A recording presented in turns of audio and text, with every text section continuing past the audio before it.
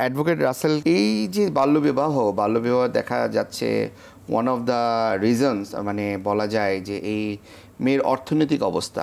অনেক সময় দেখা যায় যে ভালো একটা পাত্র পাওয়া গেছে, ঠিক আছে, মেয়ের অল্প বয়স, তারপরও তার কাছে বিয়ে দিয়ে দিচ্ছে।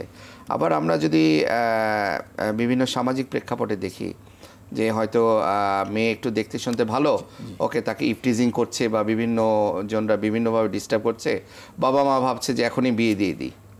তো এইগুলা থেকে পরিত্রাণের উপায়টা কি? ধন্যবাদ। এগুলা থেকে পরিত্রাণ করতে গেলে প্রথমে হলো আমাদের সামাজিক যে দায়বদ্ধতা রয়েছে সবাইকে সেটা পালন করতে হবে, এবং আমাদের যে আইনটি রয়েছে আইনে যথাযথ প্রয়োগ থাকতে হবে। যদি আইনে প্রয়োগটা থাকে সেক্ষেত্রে মানুষ এটাকে মেনে চলবে এবং ভয়ে হলো এ থেকে পরিহার করবে। যতক্ষণ পর্যন্ত আইনের প্রয়োগটা যথাযথ করতে না পারা যাবে ততক্ষণ পর্যন্ত আসলে এটা শতভাগ প্রতিরোধ করা সম্ভব হবে না। এই আইনটা মানুষকে জানাতে হবে, বাল্যবিবাহ করলে কি হয় এবং এটার কি ইফেক্ট, এই সচেতনতা সমাজে ছড়িয়ে দিতে হবে। এবং যতক্ষণ পর্যন্ত আমরা আইনটাকে ছড়িয়ে দিব এবং জনগণকে সচেতন করব তখনই আসলে এটা প্রতিরোধ করা সম্ভব হবে। জি, তারপরেও আপনার কথার সাথে আমি পুরোপুরি একমত আর কি। কিন্তু এই যে আইনটা থাকছে, আইনটা আছে, কিন্তু আসলে এই যে একটা মেয়েকে যে ইফটিজিং করা হচ্ছে আর কি, ঠিক আছে, তো তার বাবা ভাবছে যে বা মা ভাবছে যে না আমরা তাকে বিয়ে দিয়ে দিই আর কি।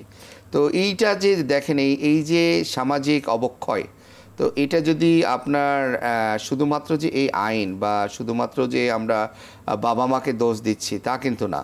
তো দেখা যাচ্ছে যে আমাদের সামাজিক প্রেক্ষাপট, আমাদের ল এনফোর্সিং এজেন্সি, এগুলো যদি ঠিকমতো কাজ করে আর কি, তাহলে এই ইফটিজিংয়ের মতো ব্যাপারগুলা করতো না, বাবা মারা এত ওয়ারিড হতো না।